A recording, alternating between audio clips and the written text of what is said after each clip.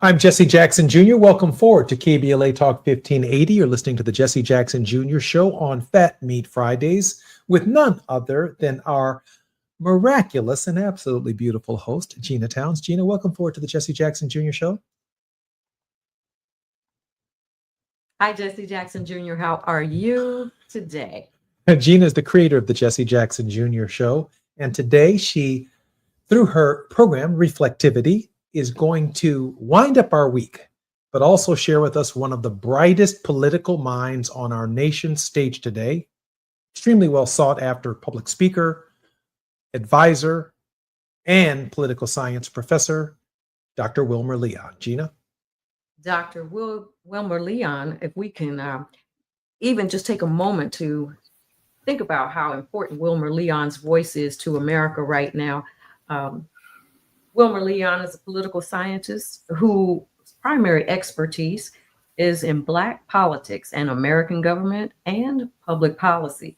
Dr. Leon has a Bachelor of Science in Political Science from Hampton University, Go Pirates. And he has a Master in Public Administration and a PhD from Howard University. Give it up for the HBCUs and welcome Dr. Leon to Reflectivity on Fat Meat Friday on the Jesse Jackson Jr. Show. Well, thank you, Gina and Jesse, very much for that introduction. One correction: I went to Hampton Institute. I didn't go to Hampton University. You did. I was there right after Booker T. And he pointed you in the way. I'm the one that suggested that he go start Tuskegee. That was my idea. Well, we appreciate you. Oh, yeah, he did. Dr. Leon, we have 3 extraordinary articles that you've written recently that we're going to be discussing in each of the breaks when we come forward. But in this moment where we have about 4 minutes before we come forward in the initial part and initial segment of our show, there is so much going on in the world that we have not had the opportunity to catch up on. Dr. Leon, share with us that which is on your mind in the first 3.5, 4 minutes of our program. Well, wow. It appears as though the Trump administration is shifting the focus away from Ukraine and even trying to shift the focus away from China, and now seems to want to set his sights, literally and figuratively, on the global South, and particularly South America. And with these recent murders of fishermen or immigrants in boats, and that in and of itself is concerning. But now you've got Secretary of Defense Hegseth calling over 100 generals and admirals to the White House or to Virginia for a meeting, and almost historically unprecedented. One has to wonder what's on the horizon, and I can only imagine it's not good. You know, that scares the devil out of me, Gina, that Pete Hegseth and that Trump are planning something with the nation's military on a scale, quite frankly, that we have not seen. I was born in 1965, so that would be what? Johnson, Nixon, Ford, Carter, Reagan, the Bushes, Obama, up to Biden, and then now the Trump, Obama, Biden, whatever that arrangement is. It just seems to me that Dr. Wilmer Leon is now signaling that something major is afoot that we all ought to be concerned about globally. Yeah. You know, a lot of people have referred to many of the things that have been transpiring in the realm of something evil. And, you know, to be able to use a word like that is abstract, even in its concept. You know, when you say it scares the devil out of you, there's a part of me that remembers when my son says, Mom, I said, why did you do that? He says, oh, the devil made me do it. And I said, well, I'm gonna spank the devil out of you. But, you know, you don't want the devil in you. But what in the world I guess what you can say, what in the devil is going on? You know, Gina, we ain't heard that since Flip Wilson. Was it Geraldine? Geraldine. Geraldine. The devil made me do it. In the back in the corner in the dark. And I do not know where my son got that from. He was way too young to know that. But at any rate, I mean, you're right. There is something, that feels very sinister. And no one has really said anything about firing all these folks, Wilmer. No one has really come forth in the international community to say, wait a minute, hold on, what's going on? Well, what we're finding, if we look at some of the actions that took place at the UN this week, the United States was not invited to the Democracy Summit intentionally. The United States did not show up to the Climate Change Summit. Wow. The United States I believe, is being displaced, and in many instances displacing itself as it relates to the global stage. I want everyone to know that if I'm ever president of the United States, Wilmer Leon is definitely Secretary of State. I'm Jesse Jackson Jr. We're going to come forward in just a few moments with three very, very important articles on three very different subject matters that Wilmer Leon spoke to the last couple of weeks that we cannot afford to miss. I'm Jesse Jackson Jr. More when we come forward on KBLA Talk 1580.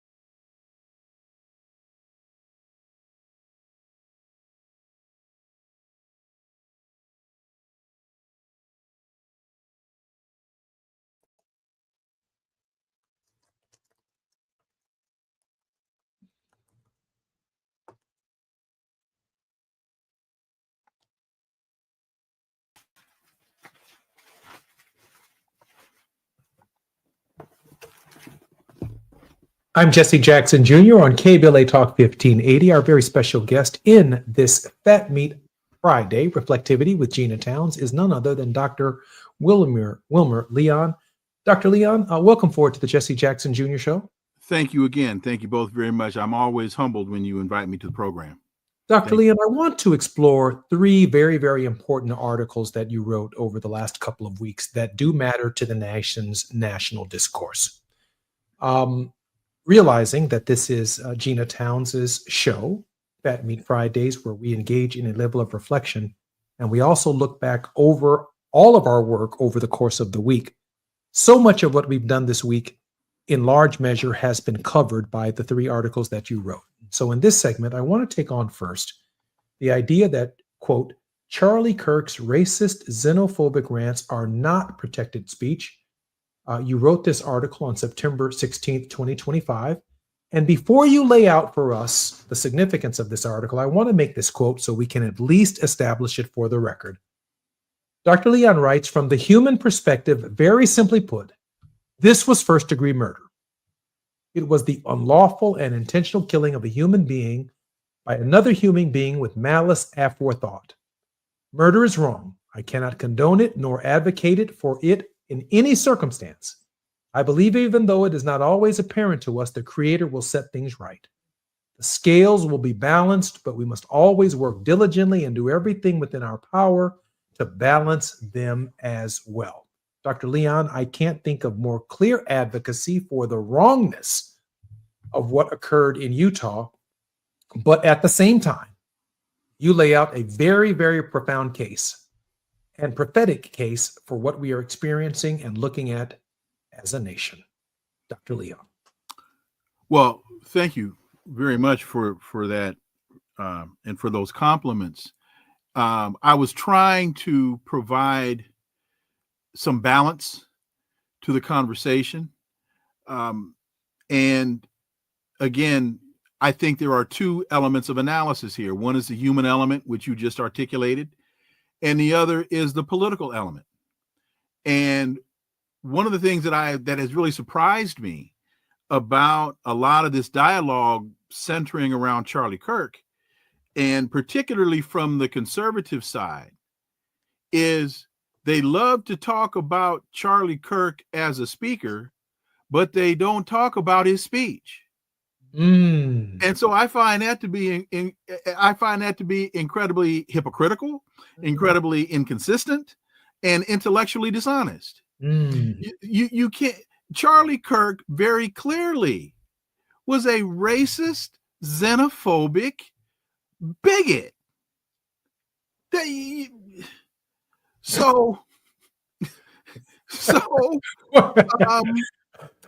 And I don't want to laugh at such a. It was your reaction that sent me afoot.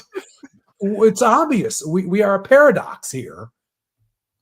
Gina, there was a paradox between the wrongness of the act that took Mr. Kirk's life, which I think Dr. Leon lays out very clearly is something that we do not condone or justify, but the glorification and the martyrization, Gina, and I'm going to let Dr. Leon finish after your thoughts, is deeply troubling. Yeah, I hearken in this moment because what Dr. Leon has done is to tell the truth. And the truth, many times, people don't want to dwell in because then it requires a certain transparency to get to the truth. And so when we look at what's behind our truth and we are transparent with it, there's a heart and there is a mind, and they come together, and then words come out of the mouth. Out of the overflow of the heart and the mind, the mouth speaks. And so it's almost been like we need to dummy down and not say anything. I don't know how many times to say no one condones the murder of someone else. I don't know how many ways to say that is not the answer. I am really all about dialogue. Let's talk about it. Let's talk about maybe what you don't understand, because if you don't like the word empathy to begin with, then you can't empathize, and you can't necessarily sympathize, though you say that you can. And so the opportunity for a dialogue or debate, if you will, has to be met in the right circumstance with people who are on the same level who can do so. So, and that creates a trusting environment in which we can move forward and progress if that is truly what we want to do. But everybody doesn't want to do that, or our forward progress looks different. Making America great again may look different to different people. Dr. Leon? As I've listened to so much of this nauseating analysis, so-called analysis, some people, how can you politicize this? Well, it was a political act, for as egregious and horrific as it was. And all that I have seen from the Charlie Kirk side is the politicalization of this assassination. Even his wife, I watched her on television, and it seemed like bad kabuki theater. It was, oh, I forgive him. When you cry with no tears, that is a signal to me. When she came out and she said, when she blamed this on the evil doers. Well, from all the analysis that I heard, the guy that shot him, no political affiliation, acting as a lone wolf. So when she says evil doers in plural, who else is she referring to? Yeah, that's irresponsible. That's irresponsible. So I have, and she talks about Charlie Kirk in this Christian context. You've heard me say before, I was sentenced as a child to do 12 years in Catholic school. I had to serve all 12. There was no parole. Not a sentence. No, man, I did all 12. And I don't know what Christ these people are talking about. I never heard Jesus in the Bible speak as Charlie Kirk spoke. Excuse me, Charlie Chris, not referring to you in Florida. I've never heard Jesus speak in that manner. He talked about loving thy neighbor as thyself. He talked about doing unto others as you would have them do unto you. He healed the sick. The blind man saw, the crippled man walk. That sounds to me like universal health care. Jesus was a revolutionary that was operating on behalf of the have-nots. So these Christian Zionists and these Christian conservatives, I have no idea what Christianity they are tapped into. Dr. Leon, in the same article, and I quote you, from the political perspective, and the first quote was obviously from the personal perspective, the condemnation of the murder of Charlie Kirk. From the political perspective, we must be very clear. Charlie Kirk was no martyr. He was an angry, ignorant, intolerant, xenophobic, racist, hate-spewing white supremacist.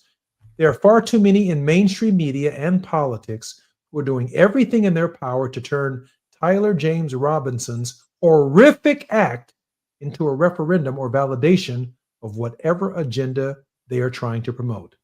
Trump has ramped up his rhetoric on the radical left. According to him, we're dealing with a radical left group of lunatics, and they don't play fair, and they never did. Kirk's widow, Erica, has said, those evildoers responsible for my husband's assassination have no idea what they've done. They should all know this. By all official accounts, Robinson was a lone wolf with no known political affiliation. How does he become part of the radical left or Erica Kirk's contrived group of evildoers? Dr. Leon. Yeah, I don't get it. And it is so that their positions are just so nauseatingly, I'll make up a word, nauseatingly hypocritical. And where is the left on this? They should be calling this out for the hypocrisy that it is. And we got to quote Charlie Kirk. I think it's worth it to have a cost of, unfortunately, some gun deaths every single year so that we can have the Second Amendment to protect our other God-given rights. That is a prudent deal. It is rational. So what I say at the end of this is, or one of the elements of this is, he created through his speech this hateful universe in which he existed. He created this hateful karma. And as an intolerant person, unfortunately for him, he ran up against someone more intolerant than he. You Dr. play silly games, you win silly prizes. Really sad. Dr. Leon, let me ask you this question. When I think about the martyrization Mm-hmm. of Charlie Kirk, I'm wondering, and I thought, and I mentioned over the course of the week, the trauma my own dad experienced, Andrew Young, Martin Luther King Jr., and others, who on April 4th, 1968, saw the assassination, witnessed firsthand the assassination of Martin Luther King Jr. Many of these men have never been to war. They've never seen a gunshot wound, and yet they experienced something traumatic that changed the trajectory of their lives. Thousands of people in person and millions of people around the country watched the horrific events of Utah. Mm-hmm. They too are experiencing their own form of trauma. And now we see increasingly from the right the parallels between some young white Americans saying that Charlie Kirk is their Martin Luther King. Unpack that for us, Dr. Leon. It's problematic for me when someone asks me to explain or rationalize utter stupidity, because that's ahistoric. That's getting caught up in your own ideology, because there's no comparison between you're comparing apples and aardvarks. The only thing in similar that they have in that are similar is they begin with A. Charlie Kirk was a racist, hate-filled, xenophobic bigot. Dr. King was a man of peace. Dr. King was one of, if not the greatest American ever, because he did everything in his power to get the country to live up to its professed ideals. And he did it not through spewing hatred. He did it through tapping into the moral compass, the moral arc that is supposed to guide us all. Under the cloak of Christianity, Charlie Kirk was a divisive, nauseating racist. Let me ask Gina a question, Dr. Leon, because as you know, the chairman of the Federal Communications Commission is monitoring all speech. Gina, can you help us understand the difference between apples and aardvarks? One you can eat, and one you should not. Thanks, G. One is healthy for you, and the other one might bite. So in the whole scheme of, one of the things that we do here, Wilmer, on Fridays is we reflect the shows. And previously, I brought up our show yesterday in which we had Rear Admiral Norman R. Hayes. I mean, we're talking some high quality character here, right? Mm-hmm.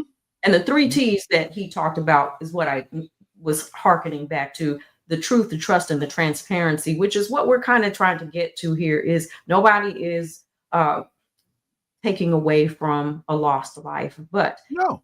The second part of the 3 T's is MELS, MELS, the moral, ethical, and legal standards. Now, I think, when we look at what Dr. King is addressing, it's like, I have to have some legal standards so you don't hurt me because you are promoting violence in your speech. It's not ethical to do so in the conversations that were being had, along that trail. And then the morality of the conversations that were being had has nothing to do with anything that Martin Luther King ever taught, anything that he subscribed to, both Gandhi and Howard Thurman, has nothing to do with, and in fact is the absolute antithesis of that. And I know we will discuss that a little bit more when we come back from the break. I'm Jesse Jackson Jr., listening to KBLA Talk 1580. We're looking at reflectivity with our special guest, Gina Towns, who is the host of this segment of our program every week on Fridays. Our very special guest has been none other than Dr. Wilmer Leon. When we come forward, more with Dr. Leon.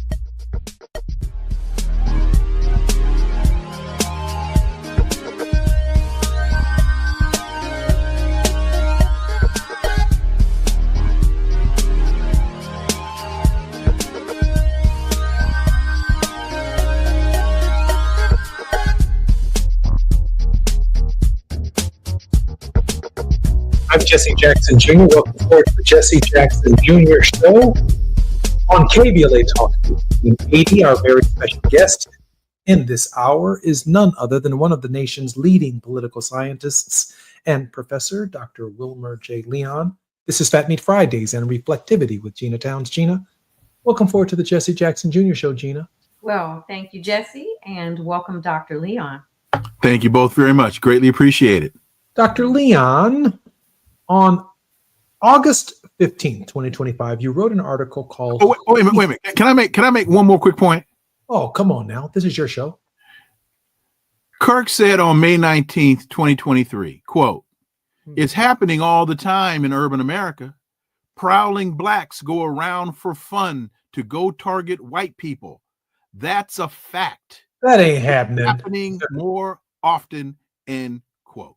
That ain't happening. I have never met or seen or heard a person who's targeting white folks, man. We don't wake up every day thinking about who to target and targeting white folks, man. We might end up whooping a Negro.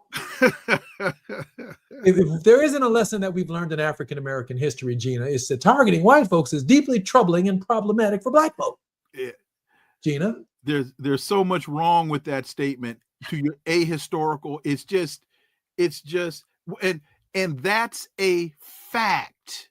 Well, that's what he said. Provide me with some evidence. Yeah, and I'm sorry, I am not often speechless. I am not often heart skipping a beat or camera falling over.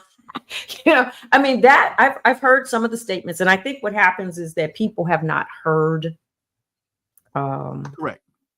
People have not heard. That's what I base. That's part of what I base my position on. Statements like that. Okay. Statements like that, and I keep hearing, more and more of that kind of rhetoric. I mean, who are you debating with that? And even this week, we saw that certain members of that organization set up shop at Tennessee State University. Right. To have a debate. I mean, we even are now getting into encroachment, not just upon an ideology or causing threat or harm, in the atmosphere for people to be able to digest and think about. But, now you're showing up, at our doorstep. You're flexing on us. Provocative. Yeah. You're flexing on us.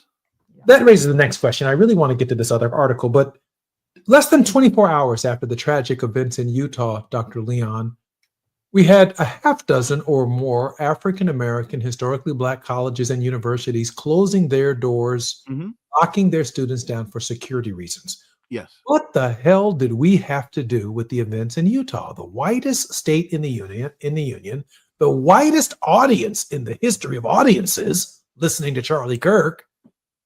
Why are black colleges feeling the pressure from white America from that? Well, the irony and I touch on this in my piece in saying that when you look at who these shooters were and are and who shot him, it wasn't us.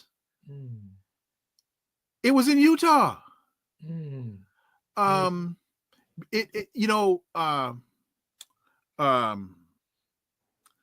It's a projection. It's an element of projection, and it is a matter of they are projecting their own evil and hatred that they have in their hearts upon us.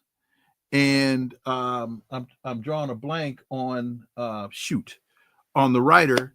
I'm Not Your Negro. Oh shoot, I'm just drawing a blank on who talked a whole lot about white projection and how a lot of the James Baldwin, Chimney, James Baldwin, this whole thing about I'm not your Negro, all of these negative things that you are subscribing to me are actually your own internalization of your self-hatred. And so That was just reflex. Mm. And again, I believe more validation of the position that I take. You know, we could spend the whole hour on Charlie Kirk, and I really want to, but we've been touching upon him quite a bit this week. I want to move on, if you don't mind, to the article that you wrote on August 15th, 2025. He who pays the piper calls the tune. In this article, one of the paragraphs that leap out immediately is this: many voters are confused. They can't understand why, in so many instances, the individuals they elect to represent their interests get to Congress and represent the interests of outside forces. In the African American community, many wonder if the Congressional Black Caucus, given that this is their anniversary weekend, that the Congressional Black Caucus, originally known as the conscience of the Congress, has become unconscious. I published a piece, meaning Dr. Leon, to that effect in 2022, wherein I wrote, "Now is the time for the African American community to take stock not of the original 13 members of the CBC, but the current 58, now 62. Are they in fact addressing the problems facing African Americans? Are they taking effectively group action? Has the conscience of the Congress become unconscious? Have they devolved into a comprador of class of relatively privileged, wealthy, educated natives of a colonized land that have been bought by the colonizers? Question mark. More simply put, by the late Glenn Ford, have they become the black misleadership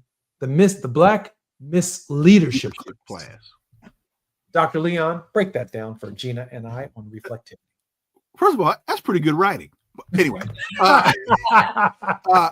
but I think what's also important there is just the first sentence of the next paragraph. Just look at the data. So, folks, that's not me just spewing my opinion. I looked at the data, and the point here is the point of the piece is, as we are commemorating the anniversary of the Voting Rights Act, as we should, that the Voting Rights Act deals with the mechanics of voting, the process of voting. But what we as a community aren't paying attention to is the business of electoral politics. And so we are encouraged and motivated to get out and vote, but we don't own the people we vote for. So we have to look at post the Citizens United case, with corporate interests being able to dump all of this money into campaigns and into politicians. A lot of the folks that we are turning to and considering to be our elected officials are bought and paid for by other entities. And that's why you can have Black members of Congress supporting genocide in Gaza, because AIPAC paid them to do so. Ricky Torres. Yeah, that harkens to our show yesterday.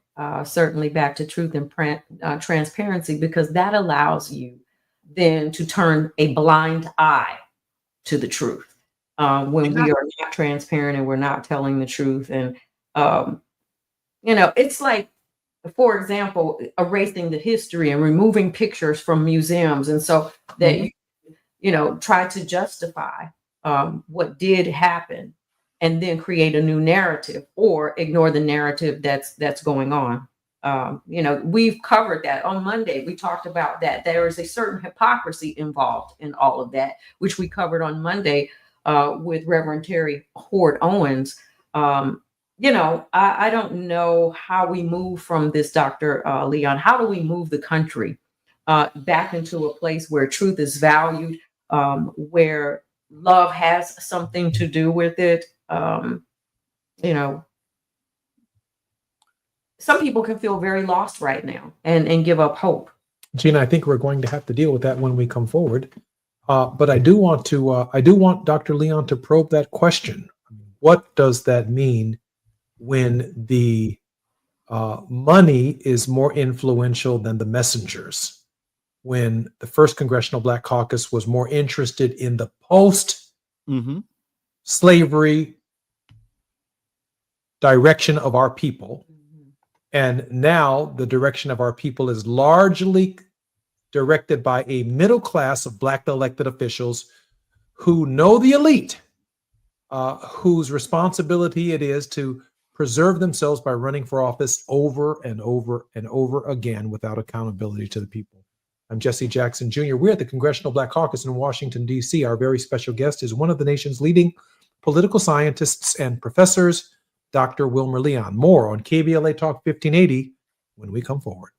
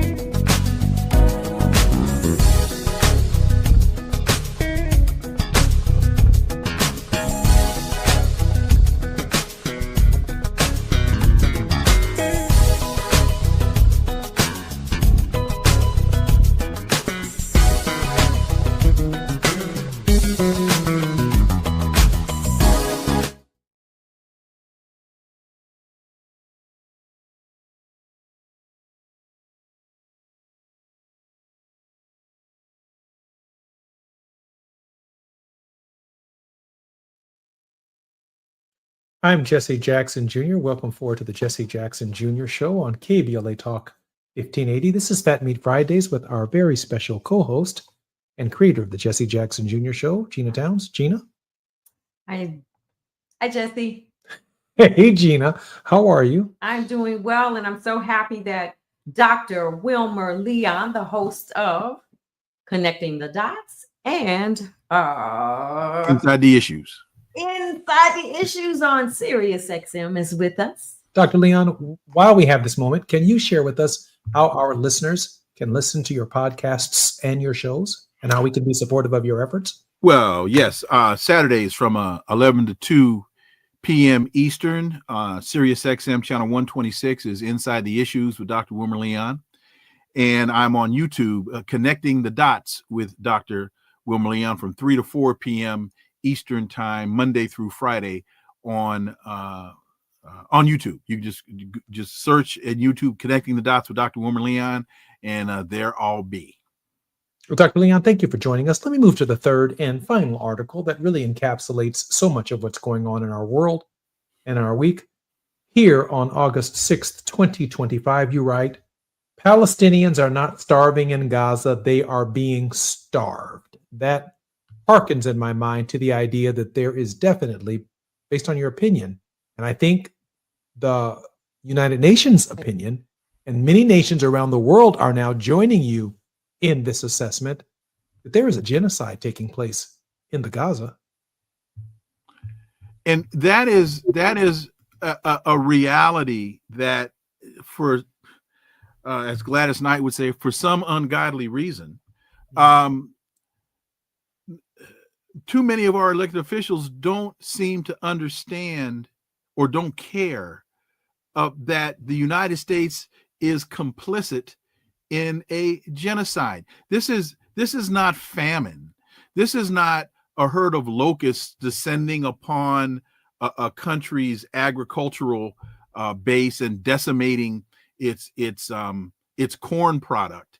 This is a conscious decision that has been made by Zionists like Benjamin Netanyahu and Joe Biden and Donald Trump to exterminate a group of people from the planet. Mm.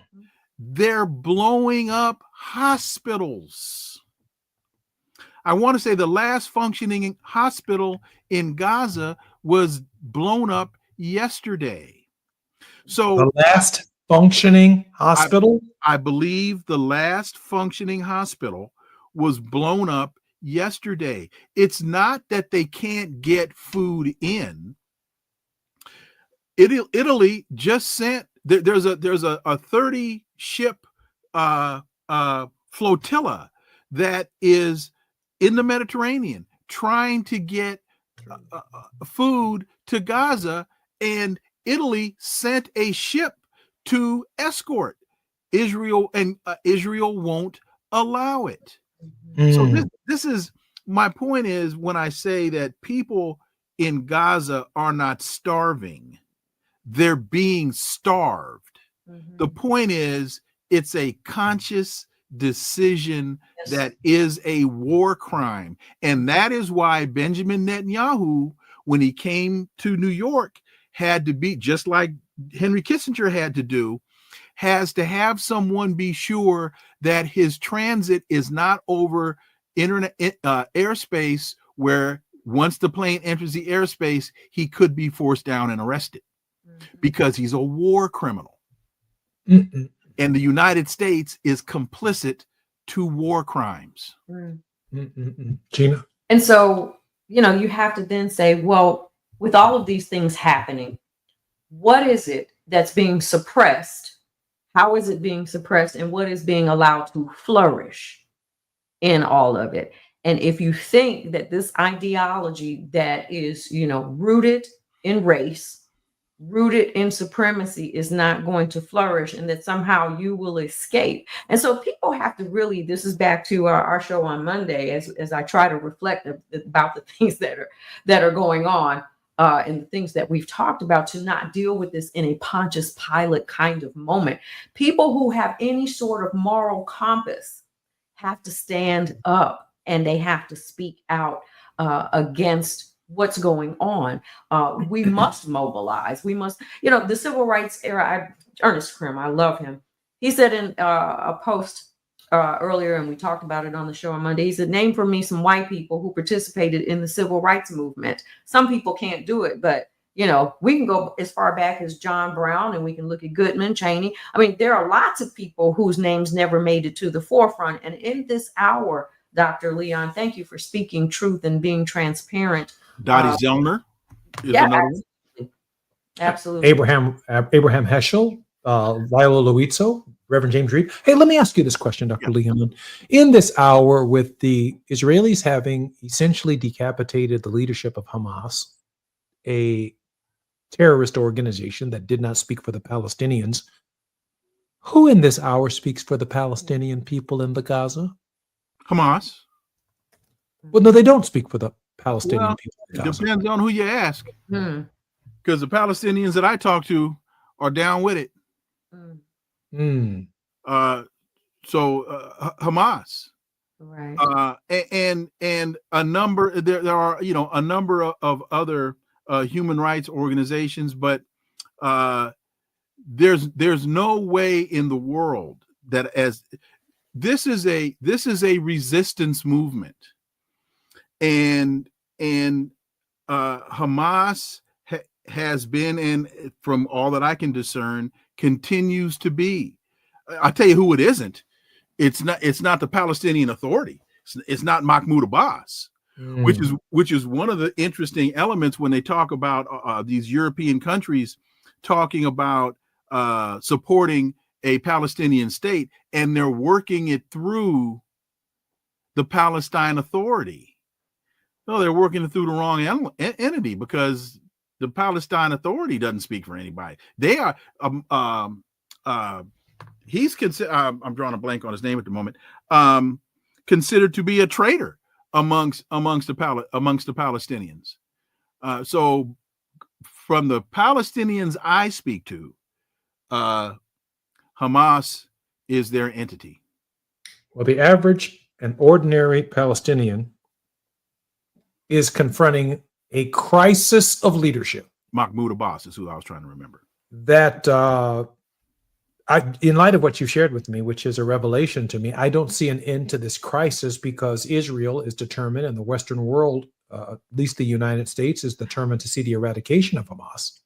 And maybe we need to do a show specifically on this subject when we have a lot more time. If Hamas isn't speaking for the Palestinians, then why is Israel hell bent on executing them, and why are they negotiating with them?